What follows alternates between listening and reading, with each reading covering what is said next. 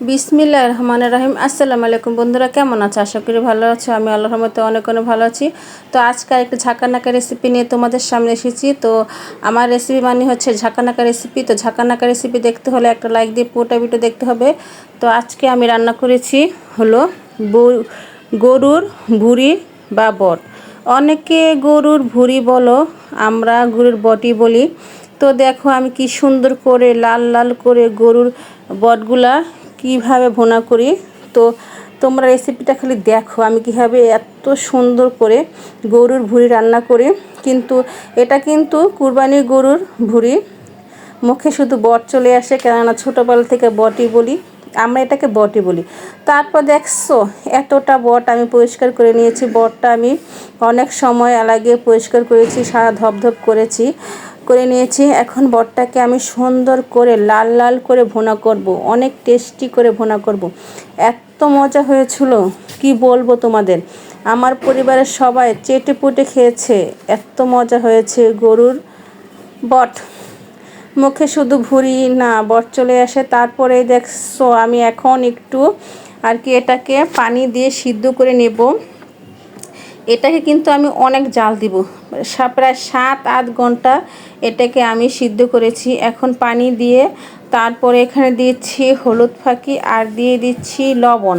পরে এটাকে আমি এখন রাতে 2-3 ঘন্টা সিদ্ধ করব, পরের দিন সকালে আবারও এটাকে আমি জাল করব। এখন রাত বাজে 11টার মতো। তো 1-1.5 ঘন্টা জাল করে ঘুমিয়ে যাব, পরের দিন সকালে আবার শুরু করব বট রান্না। তো বট রান্না কিন্তু সবাই পছন্দ করো, আমিও পছন্দ করি। আর এই বট সম্ভবত বছরে একবারই, ঝামেলার কারণে এই বট খায় না, কিন্তু বট নিতে কিন্তু অনেক ঝামেলা, অনেক সময় লাগে বট নিতে।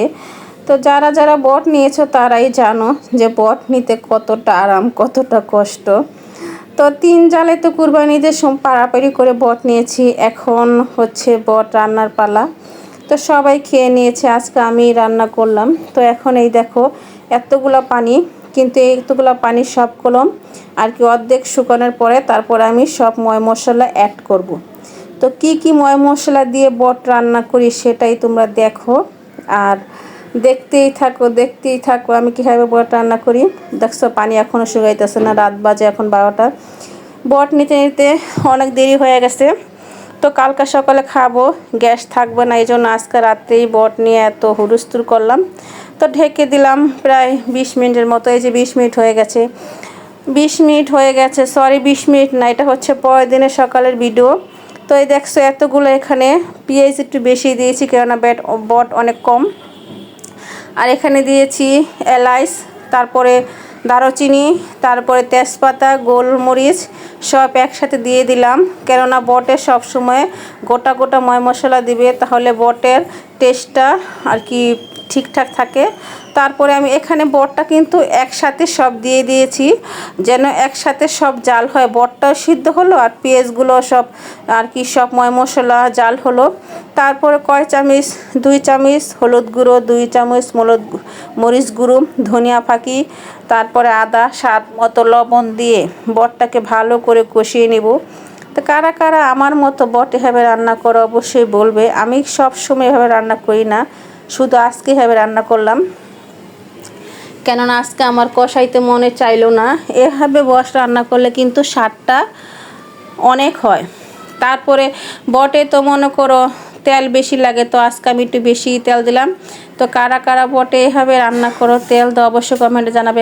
এখানে অনেকগুলো তেল দেওয়া হয়ে গেছে, এখন বটটাকে আমি ভালো করে নেড়ে নিব। এই যে ময় মশলা ভালো করে নাড়তাছি, দেখছো পেঁয়াজগুলো কি সুন্দর চাইয়া রয়েছে, কি সুন্দর দেখাচ্ছে পেঁয়াজগুলো, সাদা সাদা পেঁয়াজ। তারপরে একটু পরে দেখো পেঁয়াজগুলো কি সুন্দর কষিয়ে নিয়েছি। বটটা কিন্তু অসম্ভব মজা হয়েছে, যারা যারা আমার হাতের বট খাবে তারা প্রশংসা না করে পারবে না, এত মজা, এত টেস্টি হয়েছে বটটা। তারপর দেখো পেঁয়াজগুলো কিন্তু সব কলম বটের সাথে মিশে গেছে। এভাবে একবার অবশ্যই বাসায় রান্না করে খাবে, দেখবে ঝামেলা কম লাগবে আর সময়ও অনেক কম লাগবে। তারপরে এই বটটা আমি অনেকক্ষণ ধরে বটটাকে আমি ভাজছি, 7-8 ঘন্টা, বললাম না রাতে 2 ঘন্টা, দিনে আবারও 7টা বাজে বসাইছি, 1টা বাজে বট আমার হয়েছে। তো দেখো ভালো করে বটটা আমি নাড়তাছি, কি সুন্দর হয়েছে বটটা, কালারটা দেখবে কি সুন্দর হয়েছে। এখন একটু পানি রয়েছে কিন্তু এই পানিটা পরে থাকবো না। তারপর আমি লো হিটে বট রান্না করবো, কেননা বট যদি আর কি বেশি জল থাকলে রান্না করি তাহলে বটটা কিন্তু পুড়ে যাবে, টেস্টটা নষ্ট হয়ে যাবে। তারপরে বটের সাথে খাবো আমডাল। এই দেখছো আমডাল রান্না করছি, আজকে রান্না করছি আমডাল, লাউ ভাজি আর হচ্ছে বটটা কিন্তু অনেক সুস্বাদু হয়েছিল। তো আমডাল দেখছো আমগুলা কি সুন্দর ভেসে রয়েছে। আমডাল কিন্তু এই গরমে পারফেক্ট ডাল, চুকা চুকা লাগে, অনেক ভালো লাগে। আর দেখছো বটটা আমার আর কি শেষ পর্যায়ে আর একটু ভাজা ভাজা করব, আর একটু সুন্দর করে ভাজা ভাজা করব। তো এখন চুলার হিটটা কমিয়ে দিয়েছি, তারপরে দিয়ে দিলাম জিরা।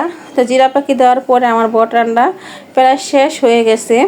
আর কিছুক্ষণ সময় আর কি লাগবে আমার বট রান্না করতে। দেখবি বটটা কি সুন্দর হয়েছে, কালার কতগুলো ছিল, ভাজা ভাজা করার পরে কতটুকু হয়ে গেছে। বট কিন্তু অনেক মজাদার খাবার, এটা সবাই পছন্দ করে। গরুর সব জিনিসই খাওয়া যায়, কোনো জিনিস ফালানো যায় না। তো গরুর মাংস অনেক মজা, তো বটটা তো আরও বেশি মজা। কিন্তু বট নিতে যা কষ্ট, যে নেয় সেই বুঝে, বাপরে বাপ। তারপর দেখো কি সুন্দর করে ভুনা করছি, এখন দুপুরে খাবো, সবাই মিলে খাবো। আমডাল, বট আর হচ্ছে লাউ ভাজি, একবারে খাবার দুপুরে জমে যাবে। তারপরে যে ভাত রান্না করতেছি, দেখছো ভাতটা কিন্তু বলক চলে এসেছে।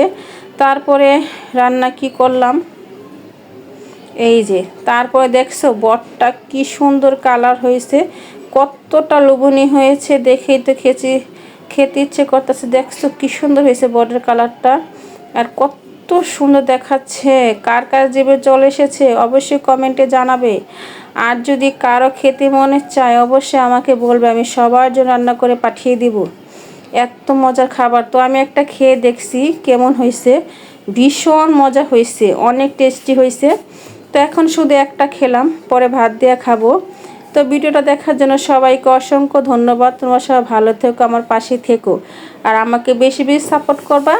আর আমার ভিডিওটা অবশ্যই অন্যের সাথে শেয়ার করে দিবা, আর কমেন্টে বলবা কেমন হয়েছে। আর আর কি বলবো, সবাইকে অসংখ্য ধন্যবাদ কষ্ট করে আমার ভিডিও দেখার জন্য। আমার সব বন্ধুদের জন্য মন থেকে রইল ভালোবাসা। সবাইকে আল্লাহ হাফেজ।